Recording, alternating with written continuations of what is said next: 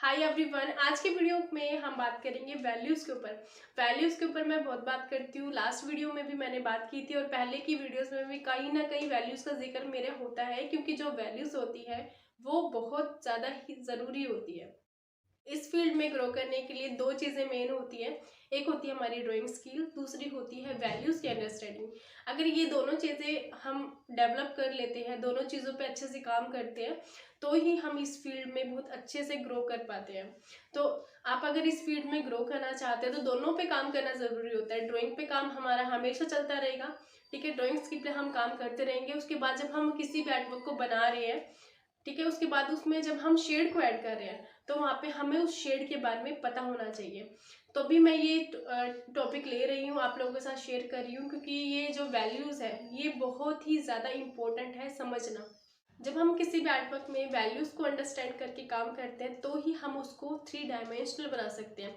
For example, अगर आप किसी चीज़ को लाइव बनाना चाहते हो, हर कोई चाहता है लाइव बनाना, ठीक है, हर कोई इस आर्ट की फील्ड में ग्रो करना चाहता है, हर कोई चाहता है हम चीज़ों को सामने जो भी देखें हम उसको आराम से बना भी पाए, ठीक है, अपने स्किल को हर कोई डेवलप करना चाहता है। फॉर एग्जाम्पल, अभी आप इस ऑरेंज को देखिए, ठीक है, ये नेचर में इसका जो शेप है वो सर्कल है। सर्कल अगर हम बनाए, ओनली सर्कल, तो वो सर्कल ही है, लेकिन जो ये चीज़ है इसकी एक फॉर्म है, किसको पकड़ा जा सकता है। तो ये चीज़ें हम तभी अपने आर्टवर्क में दिखा सकते हैं जब हम इसकी शेड को ऐड करते हैं। शेडिंग जो होती है वो हर चीज़ की फॉर्म को दिखाती है, ठीक है। हम जब किसी ड्राइंग को निकालते हैं हम जस्ट आउटलाइन निकाल देते हैं, लेकिन सिर्फ आउटलाइन को समझकर हम नहीं बता सकते कि उसकी एक्चुअल में फॉर्म क्या है। फॉर्म तभी समझ में आती है हमें उस चीज़ की जब उसमें हम शेड्स को ऐड करते हैं। तो अगर हम सही तरीके से शेड्स को ऐड करना समझ जाते हैं तो ही हम अपने आर्ट वर्क को 3 डायमेंशनल बना सकते हैं। तो शेडिंग को बहुत ज़्यादा ज़रूरी होता है समझना जब भी हम किसी भी आर्ट वर्क को क्रिएट करते हैं। वीडियो में हम यही समझेंगे कि जो वैल्यूज़ होती है, वैल्यूज़ क्रिएट होती है दो कारण की वजह से। एक तो लाइट की सिचुएशन की वजह से और दूसरा लाइट की डायरेक्शन की वजह से। लाइट की सिचुएशन का मतलब ये है कि लाइटिंग कितनी ज़्यादा स्ट्रॉन्ग है, कितनी ज़्यादा लाइट है, इस पर भी डिपेंड करता है, ठीक है। फॉर एग्जाम्पल, जैसे कि सनलाइट है। सनलाइट अगर सुबह मॉर्निंग में हम देखते हैं जो सनलाइट होती है वो सॉफ्ट होती है, दोपहर में बहुत ज़्यादा ब्राइट होती है और स्ट्रॉन्ग होती है। सनलाइट शाम के टाइम पे डल होती जाती है और वहाँ पे ठंडक सी नज़र आती है, और शाम को तो सनलाइट होती ही नहीं, शाम के बाद रात में अंधेरा हो जाता है। तो लाइटिंग भी मतलब इस तरह से लाइटिंग की जो कंडीशन होती है, ब्राइट है डल है, उसके हिसाब से भी जब चीज़ों पर लाइट पड़ती है तो वहाँ पर वैल्यूज क्रिएट होती है। तो दूसरा होता है लाइट की डायरेक्शन। लाइट की डायरेक्शन सबसे मेन होती है समझना, क्योंकि जिस भी डायरेक्शन से लाइट आती है ऑब्जेक्ट पे सब्जेक्ट पे पड़ती है उस हिसाब से वहाँ पे वैल्यूज क्रिएट होती है। तो अलग अलग लाइटिंग की डायरेक्शन की वजह से भी वैल्यूज चेंज होती है। कई बारी तो जिस भी डायरेक्शन से लाइट आती है तो वैल्यूज को समझना मुश्किल हो जाता है। फॉर एग्जांपल, अगर बैक से लाइट आ रही है तो सामने से जो भी चीज़ होती है वो डार्क नज़र आती है, तो उसमें हम वैल्यूज को नहीं समझ सकते। तो आज का खासकर ये जो वीडियो है लाइटिंग के ऊपर ही है, हमें किस डायरेक्शन से लाइटिंग का यूज़ करना चाहिए, कौन सी डायरेक्शन से लाइटिंग का यूज़ हमें नहीं करना चाहिए स्टार्टिंग में, और वैल्यूज को समझने के लिए हमें कौन सी लाइट हम यूज़ करेंगे, आज की वीडियो में हम इसी चीज़ को समझेंगे। तो इस वीडियो को एंड तक ज़रूर देखना, और इस वीडियो में अगर कोई भी डाउट होता है वो भी आप ज़रूर बताना। तो अब हम इस वीडियो को स्टार्ट करते हैं। पहले हम बात करेंगे फ्रंट लाइटिंग की। फ्रंट लाइटिंग होती है जो सामने से हमारे ऊपर लाइट पड़ती है, चाहे वो किसी सब्जेक्ट पे पड़े, ऑब्जेक्ट पे पड़े, किसी भी चीज पर पड़े। जब सामने से कोई लाइटिंग पड़ती है तो वो जो लाइट होती है वो बहुत ही सॉफ्ट होती है और ब्राइट होती है और समान रूप से चीज पर पड़ रही होती है।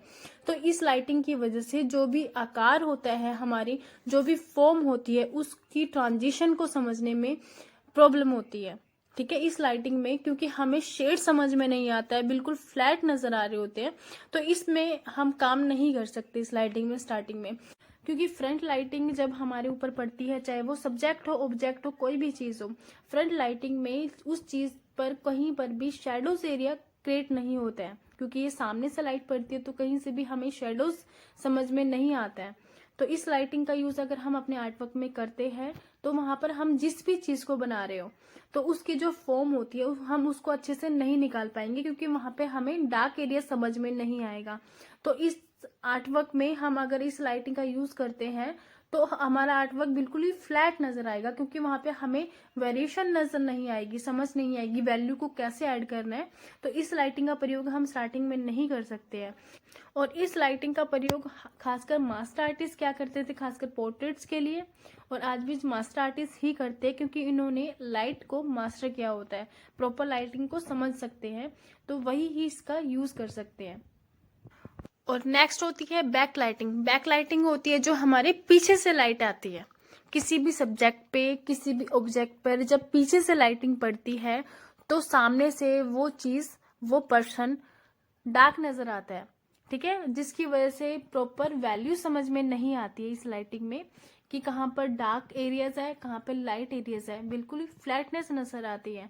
तो इस लाइटिंग का भी हम यूज नहीं कर सकते अपने आर्टवर्क में। अभी जो मैंने पीछे मेरे बैक पे लाइट आ रही है वो बहुत ही सॉफ्ट लाइटिंग है और आर्टिफिशियल लाइट है। और लाइटिंग जितनी ज्यादा स्ट्रांग होती है बैक लाइटिंग, तो फ्रंट से उतनी ज्यादा हम लोग डार्क नजर आते हैं। वो चाहे सब्जेक्ट भी हो सकता है, कोई भी ऑब्जेक्ट भी हो सकता है, ठीक है। तो बैक लाइटिंग का भी हम यूज नहीं कर सकते, क्योंकि इसमें भी हमें शेड्स नजर नहीं आते प्रॉपर।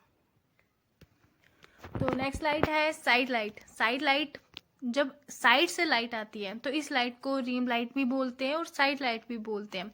ये जो लाइट होती है ये बहुत ज्यादा स्ट्रांग होती है, जिसकी वजह से जो लाइट एरियाज है वो बहुत ज्यादा ब्राइट नजर आता है, और जो डार्क एरियाज है वो बहुत ज्यादा डार्क नजर आता है। तो लाइट की शेड्स को समझना मुश्किल होता है इस लाइटिंग में, और डार्क की शेड को भी समझना मुश्किल होता है। और इन दोनों लाइटिंग को हम स्ट्रॉन्ग लाइटिंग बोलते हैं, क्योंकि अगर डार्क एरियाज है वो भी बहुत ज्यादा स्ट्रॉन्ग है, जो लाइट एरियाज है वो भी बहुत ज्यादा स्ट्रॉन्ग है, और इसकी वजह से ही हम जो चीज की फॉर्म है, जो आकार है, वो समझना मुश्किल हो जाता है। तो इस लाइटिंग का यूज भी बिल्कुल भी नहीं करते हैं हम स्टार्टिंग में। तो नेक्स्ट लाइटिंग है जब लाइट किसी भी चीज पर ऊपर से पड़ती है। तो इस लाइटिंग की वजह से जो चीज पर फ्रंट से डार्क हो जाता है वो एरिया, तो इसमें भी हमें वैल्यू समझ में नहीं आती है। और खासकर जो लाइट हम जब नीचे से भी पड़ती है, तो ऊपर से लाइट पड़ती है और नीचे से पड़ती है, इन दोनों ही केस में प्रॉपर लाइटिंग समझ में नहीं आती है, प्रॉपर शेड समझ में नहीं आती है और चीजें डार्क हो जाती है।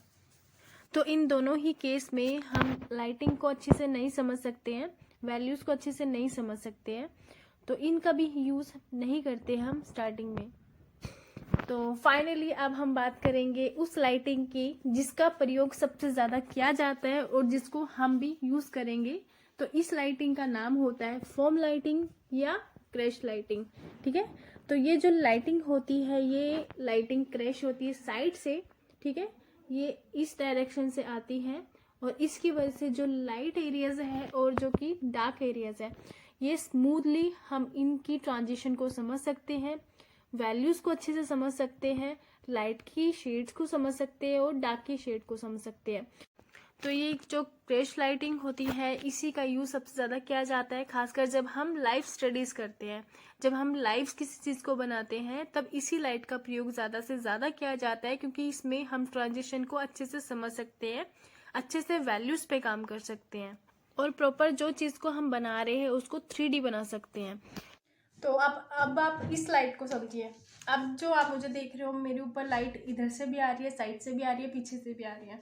तो इस कंडीशन में जो लाइट होती है वो चारों तरफ से आने की वजह से जिस भी चीज़ पर लाइट पड़ती है तो वहाँ पे शेड्स अच्छे से समझ में नहीं आती है, क्योंकि वहाँ पे शेडोज अच्छे से क्रिएट नहीं होती है। तो इस लाइटिंग में भी हमें शेडोज को समझना, ठीक है, लाइट को समझना और शेड को समझना, मीन्स दोनों की शेड को समझना, चाहे वो लाइट की हो या डार्क की हो, समझना मुश्किल हो जाता है। तो इस लाइटिंग का यूज़ भी हम नहीं कर सकते किसी भी चीज़ में कि चारों तरफ से लाइट आ रही है और हम उसमें किसी चीज़ को बना रहे हैं, क्योंकि वहाँ पे हम अच्छे से वॉल्यूम क्रिएट नहीं कर पाएंगे, उसको 3 डायमेंशनल नहीं बना पाएंगे, क्योंकि वहाँ पे शेडोज अच्छे से नज़र नहीं आएगी, लाइटिंग को अच्छे से हम दिखा नहीं पाएंगे, क्योंकि ट्रांजिशन अच्छे से समझ नहीं आएगी।